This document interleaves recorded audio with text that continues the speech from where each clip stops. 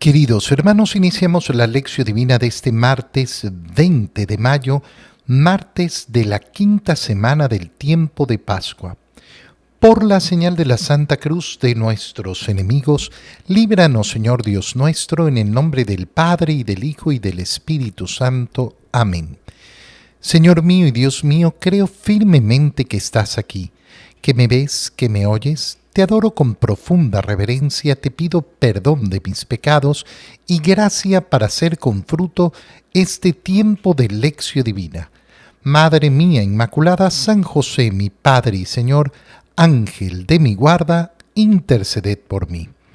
Continuando en este día martes con la lectura del libro de los Hechos de los Apóstoles, leemos el capítulo 14, versículos 19 al 28. En aquellos días llegaron a Listra procedentes de Antioquía y de Iconio, unos judíos que se ganaron a la multitud y apedrearon a Pablo. Lo dieron por muerto y lo arrastraron fuera de la ciudad. Cuando lo rodearon los discípulos, Pablo se levantó y regresó a la ciudad, pero al día siguiente salió con Bernabé hacia Derbe. Después de predicar el Evangelio y de hacer muchos discípulos en aquella ciudad, volvieron a Listra, Iconio y Antioquía, y ahí animaban a los discípulos y los exhortaban a perseverar en la fe, diciéndoles que hay que pasar por muchas tribulaciones para entrar en el reino de Dios. En cada comunidad designaban presbíteros y con oraciones y ayunos los encomendaban al Señor en quien habían creído. Atravesaron luego Pisidia y llegaron a Panfilia. Predicaron en Perge y llegaron a Talía. De allí se embarcaron para Antioquía, de donde habían salido, con la gracia de Dios para la misión que acababan de cumplir. Al llegar, reunieron a la comunidad y les contaron lo que había hecho Dios por medio de ellos y cómo les había abierto a los paganos las puertas de la fe. Ahí se quedaron bastante tiempo con los discípulos. Palabra de Dios. Como vemos, retomamos lo que hemos leído en el libro de los Hechos de los Apóstoles el día domingo, pero de una manera más completa. Fijémonos en la primera parte, donde se nos cuenta que llegaron a Listra, ahí donde estaban Pablo y Bernabé, procedentes de Antioquía, unos judíos que se ganaron a la multitud y apedrearon a Pablo, y lo dieron por muerto. ¿Esto qué significa? Significa efectivamente que lo apedrearon de tal manera de darlo por muerto, es decir, que vieron que estaba muerto. Sin embargo, cuando llegaron los discípulos, lo rodearon y Pablo se levantó. Lo rodearon, ¿qué significa? Se ponen a hacer oración alrededor suyo. Esto nos da para reflexionar sobre un tema sumamente profundo y muchas veces muy difícil de entender, y es el tema de cuándo morimos. ¿Cuándo se produce nuestra muerte? Y nuestra muerte se produce solo en el momento que Dios quiere, sea cual sea el modo en que morimos. Nosotros sabemos perfectamente que Dios respeta la libertad del hombre y nos ha dado esa libertad. Y por eso es que una persona puede libremente hacer el bien o hacer el mal. Y una persona puede decidir hacer tanto mal que incluso puede llegarle a quitar la vida a otro. Y esa acción, ¿cómo se llama? Se llama asesinato. Ahora, esa persona murió ¿por voluntad de ese asesino o por la voluntad de Dios? Por la voluntad de ese asesino que ha realizado ese acto material que ha conducido al asesinato, pero porque Dios ha decidido que ese era el momento en que esa persona muriera. Pero ¿cómo pueden ser estas dos cosas juntas? Muy sencillo. Porque la libertad humana le pertenece a la naturaleza humana. ¿Y eso qué quiere decir? Que nuestra libertad es limitada, es propia del ser humano. Nosotros sabemos que moralmente nuestra libertad tiene un límite. lo podemos resumir diciendo el límite de nuestra libertad es la libertad del otro, ¿sí? Pero además de eso, no solo es un límite moral, sino que tiene un límite en cuanto a nuestra naturaleza. Yo puedo desear muchas cosas y soy libre, pero resulta que mi naturaleza no me permite alcanzar todo lo que yo quisiera alcanzar o todo lo que yo quisiera imaginar. ¿Por qué? Porque mi libertad está reducida, porque mi libertad está limitada a mi naturaleza. Dios, por su parte, también es libre, pero resulta que su naturaleza no es la de un ser humano, es la naturaleza divina. Y por tanto, su libertad no tiene límites. ¿Nos permite actuar en libertad? Sí, nos permite actuar en libertad, pero eso no significa que yo sea capaz de quitarle la libertad a Dios, que yo tenga la capacidad de superar la libertad de Dios. Dios siempre actúa en libertad y jamás es coaccionado ni restringido por los seres humanos. ¿Por qué? Porque no somos iguales, porque no estamos en la misma situación. Mi libertad es la libertad de un ser humano limitada. La libertad de Dios opera respetando la libertad del hombre, pero a pesar de respetar esa libertad del hombre, Dios siempre va a tener la última palabra. Como digo, es un tema complicado, es un tema difícil de entender, es un tema en el cual lógicamente tenemos que tener ideas claras de la filosofía, pero es importantísimo simplemente darse cuenta que yo no puedo pretender que Dios está a mi mismo nivel. Y este es el problema cuando las personas reflexionan sobre esto, porque siempre quieren rebajar a Dios. No, pero es que si un asesino vino y disparó, es la decisión de él. Así es la decisión de él. Y por eso es un pecado. Y por eso es un crimen, y por eso además se lo puede llamar a juicio, y el juicio moral de Dios además se realizará sobre él. Pero ¿cuándo me voy yo de este mundo? Esta es la pregunta de fondo. Pablo ha sido dado por muerto porque lo apedrearon para matarlo. Y sin embargo, aquellos asesinos no tuvieron la última palabra, porque la última palabra siempre le pertenece a Dios. Después de predicar el Evangelio y hacer muchos discípulos, cuando se fueron a Listra, se fueron a Listra, Iconio y Antioquía, y ahí animaban a los discípulos y los exhortaban a perseverar en la fe, diciéndoles que hay que pasar por muchas tribulaciones para entrar en el reino de Dios. Fíjate cómo continúa. Continúa Pablo y Bernabé predicando el Evangelio, porque esta es la voluntad de Dios y les permite seguir avanzando. Y predican con la verdad, esto lo reflexionamos ya el día domingo, la hermosura, la belleza de la verdad. Cuesta caminar el camino del Señor. Cuesta mucho. Y van instituyendo presbíteros en cada comunidad. Mira cómo se nos muestra aquí, cómo se va desarrollando esa institucionalidad de la iglesia. No llegan simplemente, predican el Evangelio y se van, sino que van instituyendo presbíteros, designan presbíteros. ¿Para qué? Para que la vida de la iglesia se vaya fomentando en esa nueva comunidad de creyentes. Predican por distintos lugares y después vuelven a Antioquía, de donde habían salido para esta misión que acaban de cumplir. Y al llegar, reúnen a la comunidad y le contaron lo que Dios había hecho por medio de ellos. Esta frase es preciosa. Ellos han desarrollado esta misión, han predicado el Evangelio, se han esforzado y les ha costado mucho. Y por eso es que les dicen a los demás discípulos, oigan, seguir a Cristo cuesta mucho.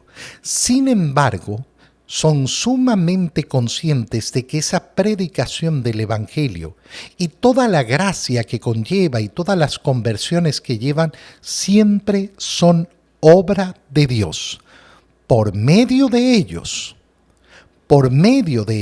pero siempre obra de Dios.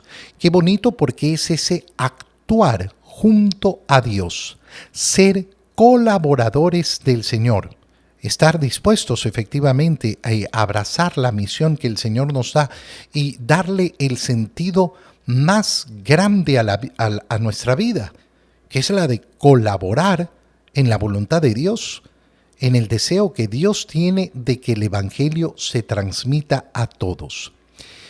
En el Evangelio, leemos el Evangelio de San Juan, capítulo 14, versículos 27 al 31. En aquel tiempo Jesús dijo a sus discípulos: «La paz les dejo, mi paz les doy. No se la doy como la da el mundo. No pierdan la paz ni se acobarden. Me han oído decir: me voy, pero volveré a su lado. Si me amaran, se alegrarían de que me vaya al Padre, porque el Padre es más que yo. Se lo he dicho ahora antes de que suceda, para que cuando suceda crean. Ya no hablaré muchas cosas con ustedes, porque se acerca el príncipe de este mundo. No es que él tenga poder sobre mí, pero es necesario que el mundo sepa que amo al Padre y que cumplo exactamente lo que el Padre me ha mandado». Palabra del Señor. Cuando nosotros escuchamos esta expresión de Jesús, recuerda que estamos en la última cena, estamos en los capítulos de la última cena todavía. Estamos en el capítulo 14 del Evangelio de San Juan y escuchamos al Señor con esta expresión tan bella: «La paz les dejo, mi paz les doy». Lógicamente que reconocemos en Jesús a ese príncipe, a ese mensajero de la paz. Pero lo que nos tenemos que preguntar inmediatamente es: ¿qué paz? ¿Cuál paz? ¿De qué tipo de paz está hablando el Señor? Y esta pregunta es sumamente importante. ¿Por qué? Por las mismas palabras que dice Jesús. Fíjate bien: la paz les dejo, mi paz les doy. Pero no se las doy como la da el mundo. No se las doy como la da el mundo. Entonces el mismo Señor establece una diferencia entre lo que el mundo puede entender como paz y lo que Él está ofreciendo como paz. Y por eso volvemos a retomar un tema que ya hemos escuchado en las palabras que dice el Señor en la última cena. ¿Por qué? Porque les dice: no pierdan la paz. Es decir, que esa paz que les entrega el Señor depende de quién. Depende del mundo. No, no depende del mundo. Porque si no, el Señor no me diría a mí: no pierdas la paz. Si dependiera de otras personas, entonces no dependiera de mí. Y esto es algo que a muchas personas les cuesta tanto y se pueden pasar la vida sin comprender, cuando es algo fundamental. La paz no viene de afuera. La paz no me la entrega el mundo. La paz no sucede porque las personas deciden dejarme en paz, porque deciden comportarse bien alrededor mío, porque nadie me fastidia, porque nadie me comete contra mí injusticias, porque nadie me hace mal. La paz no depende de que todo me salga bien. La paz no depende de que yo no tenga que pasar por pruebas, por sufrimientos, por dolores. Depende de mí. No pierdas tú la paz. Yo no tengo que perder la paz. Depende de mí. Qué hermoso es cuando nos damos cuenta de esto.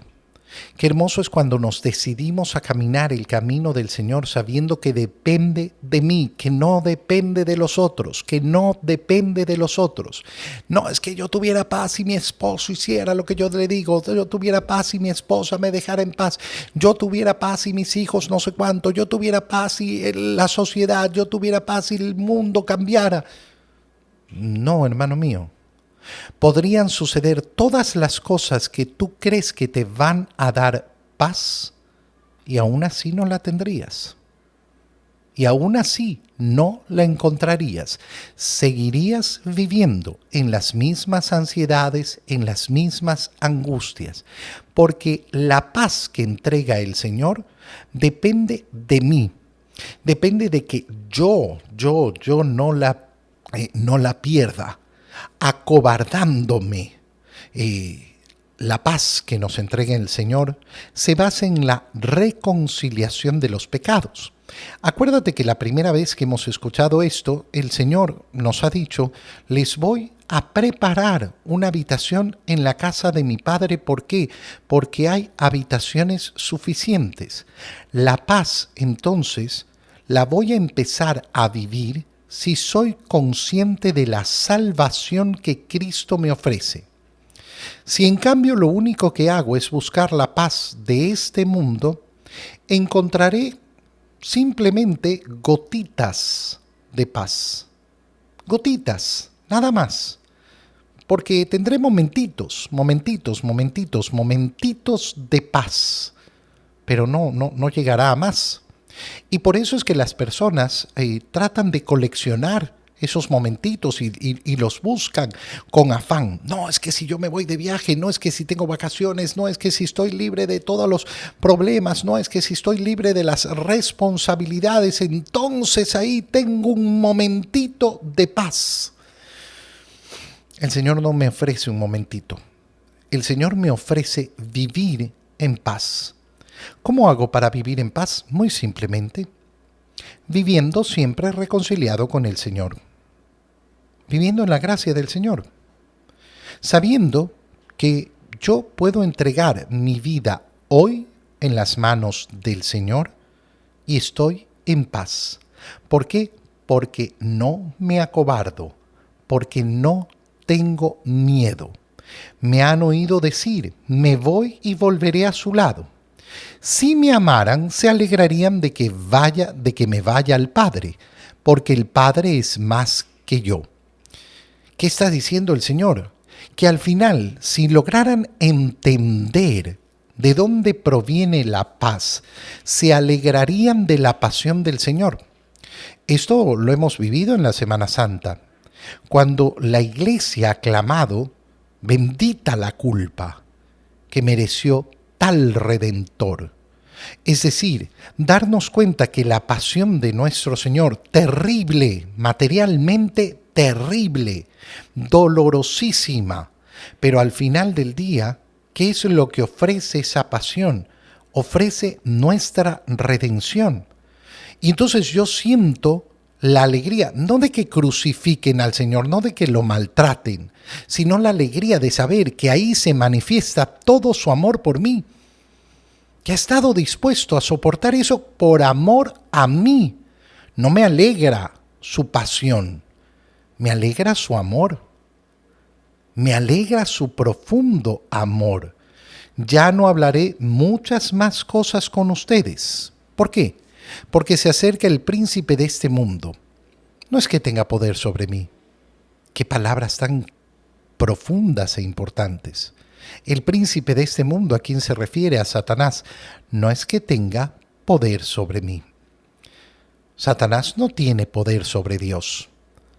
Y por eso tenemos paz. Porque sabemos que en el lado del Señor, en la gracia del Señor, yo no tengo nada, absolutamente nada que temer. Pero es necesario que el mundo sepa que amo al Padre y que cumplo exactamente lo que el Padre me ha mandado. ¿Dónde radica nuestra redención? En la obediencia de Cristo al Padre. Por tanto, para caminar el camino de la redención, ¿cuál debe ser mi preocupación más importante? cumplir la voluntad de Dios, cumplir la voluntad del Padre. Y si yo al final del día puedo decir, hoy he cumplido lo que Dios esperaba de mí, ¿cómo voy a dormir esta noche? En paz. Voy a tener verdaderamente la paz que me ha ofrecido el Señor. Te doy gracias, Dios mío, por los buenos propósitos, afectos e inspiraciones que me has comunicado en este tiempo de Lección Divina.